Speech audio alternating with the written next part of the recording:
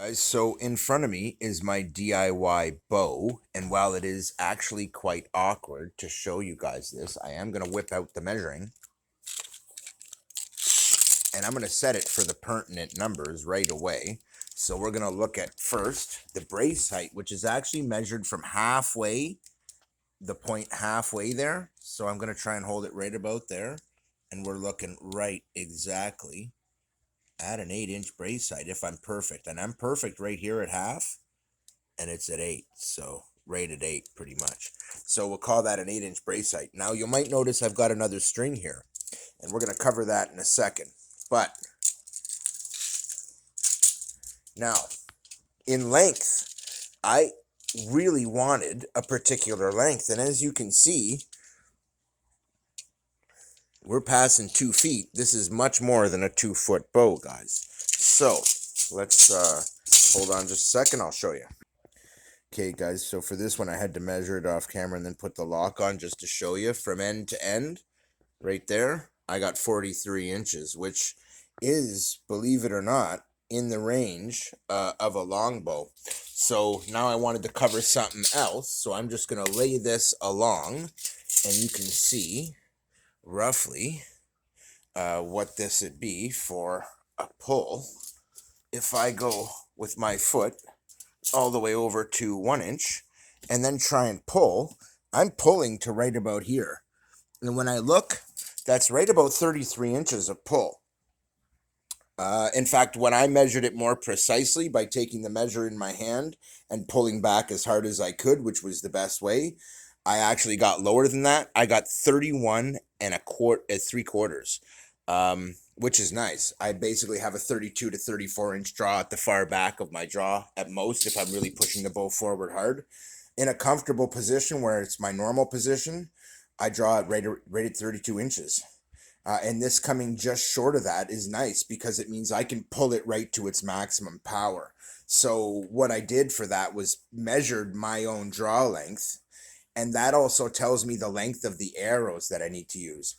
So on the note of pretensioning, I decided to pretension one more step and put this guy on. Now this is paracord as well, but it's a less stretchy type of paracord that's stiffer than this type. This is the softer type. This is the harder type.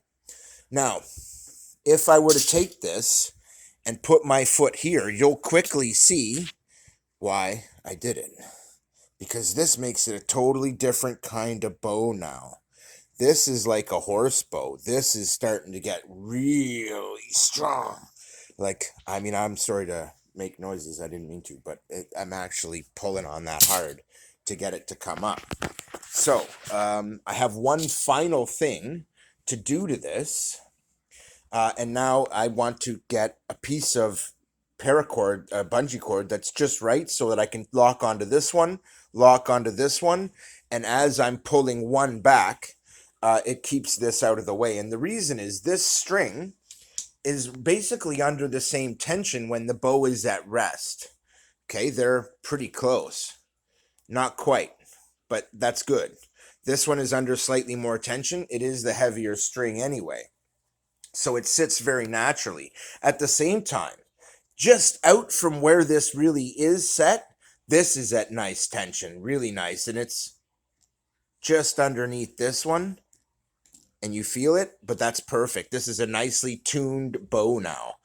I have my arrow, and I do my arrow nock here, and I do have it adjustable for right now, but it works well, and it sat really level, and it did a really good job. So the only thing now is when you pull this outer one, you are pulling a lower poundage bow. When you pull the inner one, you will see right away that you are not. You are now pulling a much higher poundage bow, and it doesn't increase the weight.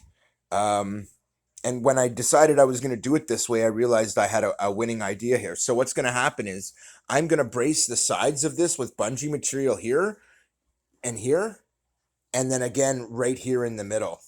And it'll help lock in my arrow nock. And at the same time, this whole trapeze basically will be braced like that so that it comes down like a spider web and braces. And then that whole thing braces between itself, so that as I pull the weaker bow back, right now, when you pull this back, it's awesome, and I can put 60 pounds on it, but it isn't that badass. But here, if I put 60 pounds on it, it starts to be a serious bow. And this is why I likey. Now, right now it's perfect, except that when you're using the inner bow, this will be in your way. A little bit, you might think it actually doesn't seem to get in the way. Your arrow will hold it out of the way. And then when you let the arrow fly, it'll go.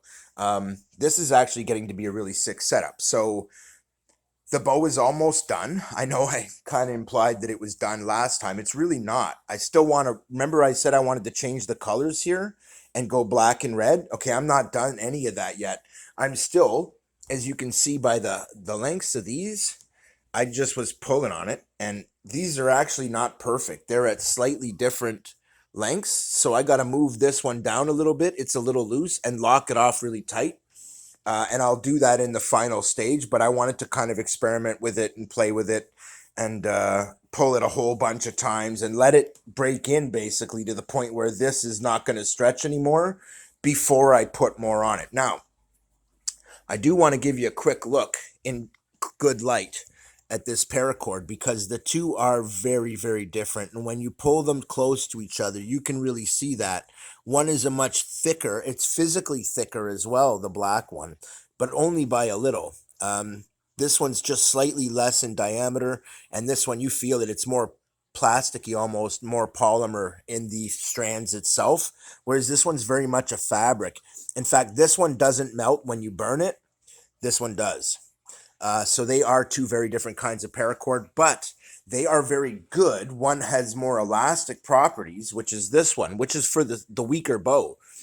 This is pretty cool. This has two bowstrings and works. And I was experimenting with some bungee, and it just turns out that this type of bungee is perfect for doing the duty. So what I'm going to do is cut it, give the end a little melt, and then sew it onto here right underneath, so it'll kind of act like an arrow rest if I want, but I don't really want that. I want to put that on the inside so that it only is going to be there if I'm firing off the left side of the bow, because I fire left like this, so I'm going to have it sitting on the inside of the bow right here.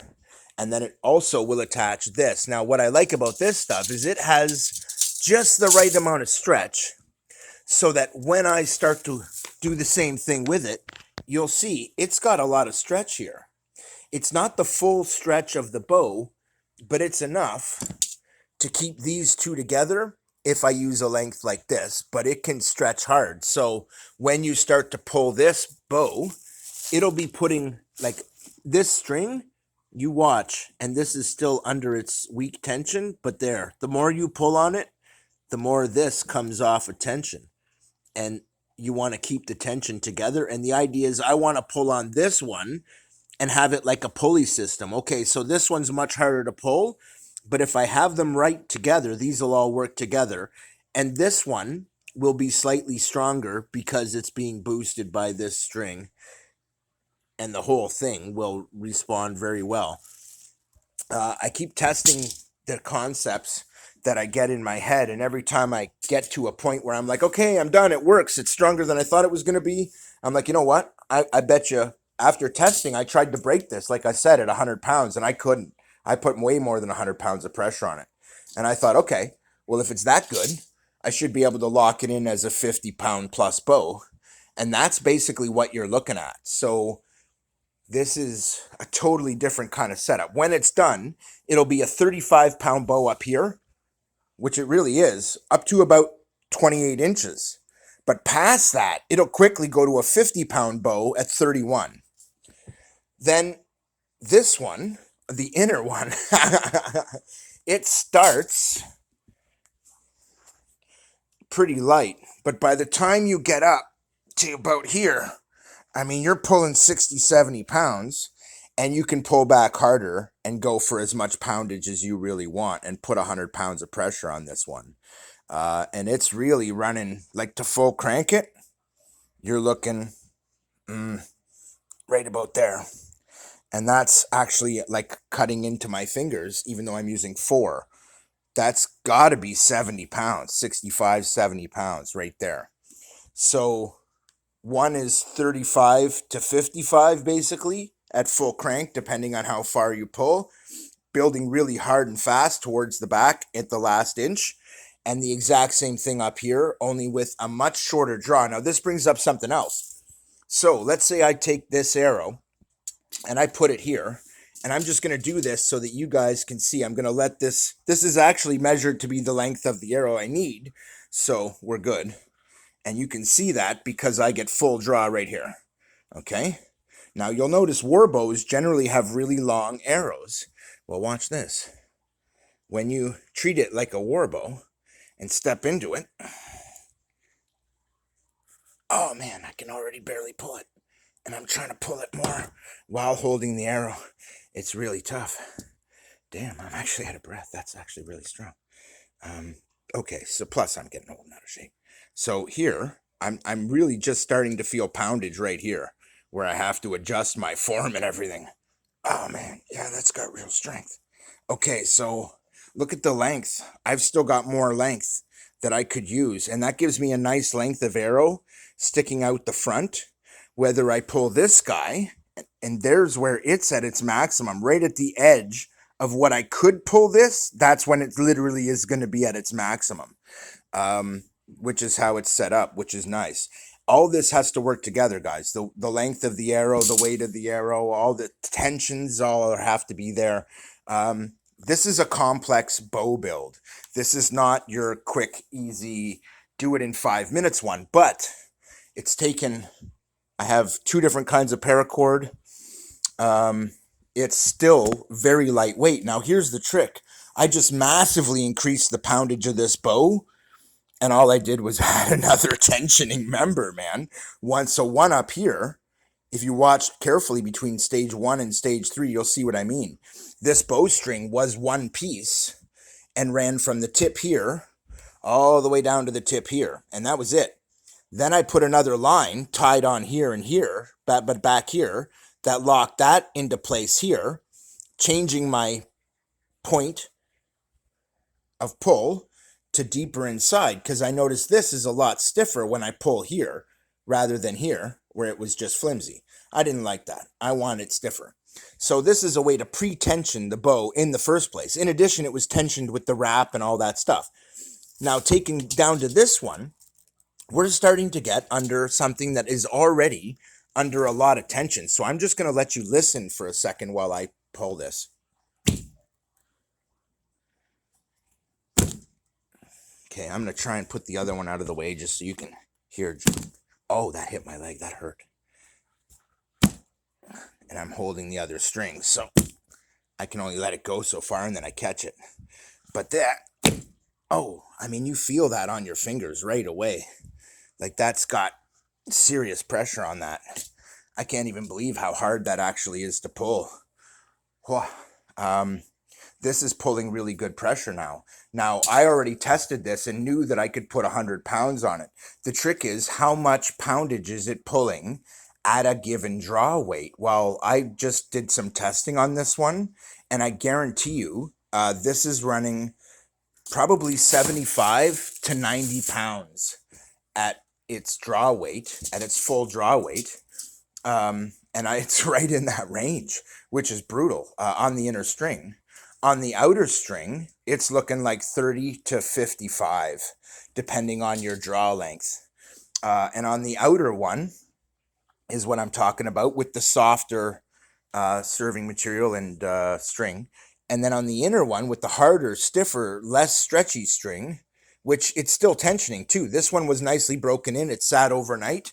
This is under a little bit more tension than I originally wanted right this second, but when it's done settling, it should be perfect. I got it dialed in really, really, really nice right now. Like, I could play it like a musical instrument. That's what you want. You want the tension between these equal. Then the lines that I attach are going to pre-tension both and keep them together so that the whole thing but it's the two on the side that'll do the pretensioning for both, because when I tie them, they'll actually pull on the tips just a little, and by the time I've done both, you'll see that it does increase the tension. That being said, it also gives me a complex setup in terms of the arrows I can fire, which is amazing because it means I can fire a really long arrow like this, or I could fire a crossbow bolt. I could fire anything. I could make a short arrow and still have power with it.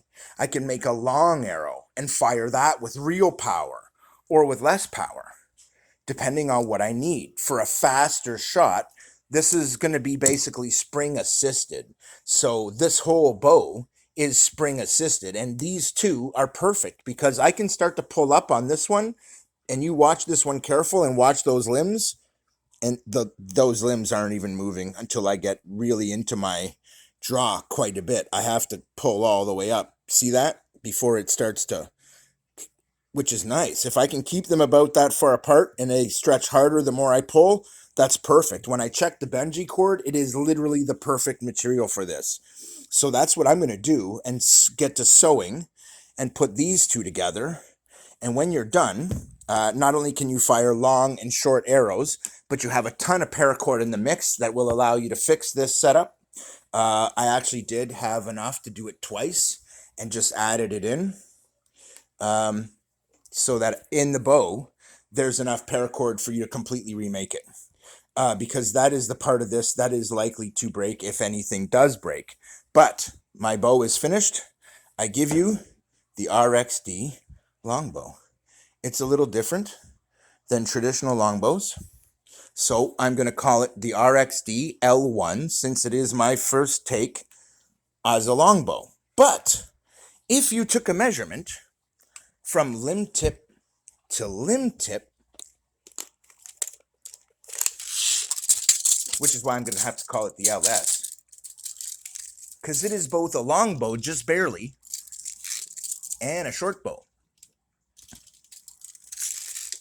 Or a fairly long short bow and a war bow. Very similar. And you're going to like this bow, guys. If you're a real shooter, you are going to love this little survival bow I made. It is sick, and I knew I had to share it with you guys because I'm a YouTuber, and people are going to be mad at me if I don't share this stuff. When they find out I have this, it's that good.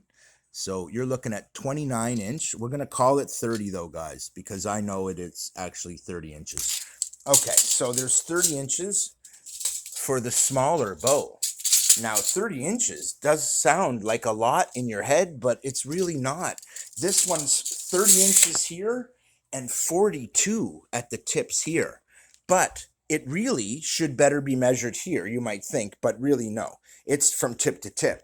So even though this serving is inside of that, but it hits like a war bow of this type. It really does. It's strong.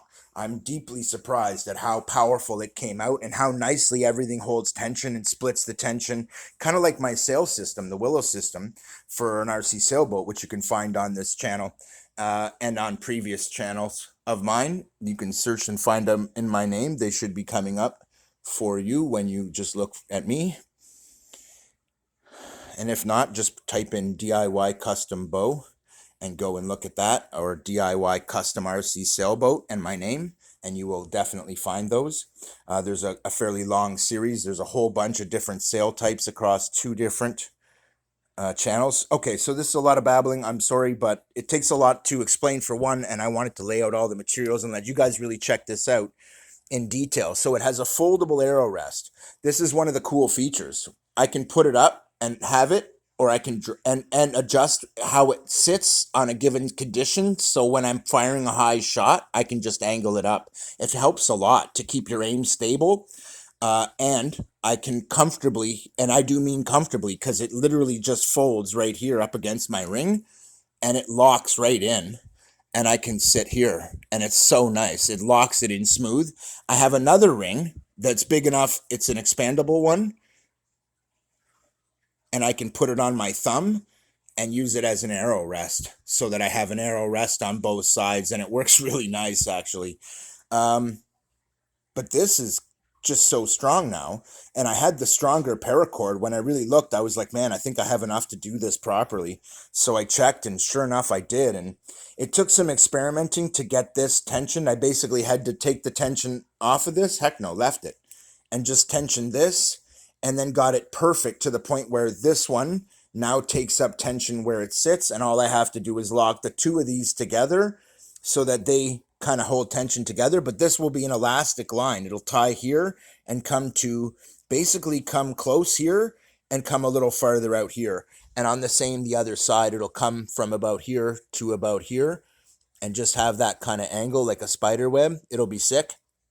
And then the other one, you might think will go from here to here. It won't. It won't interfere in any way. It's just going to be a light line attaching these two to get me control of this string when I pull this string, so that the two work together.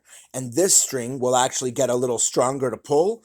And this one, when you're pulling it, it won't be any stronger at all, which is really nice, guys. I'm loving this. So because it is both a long and short bow, firing both long and short arrows, I called it the RXD LS1.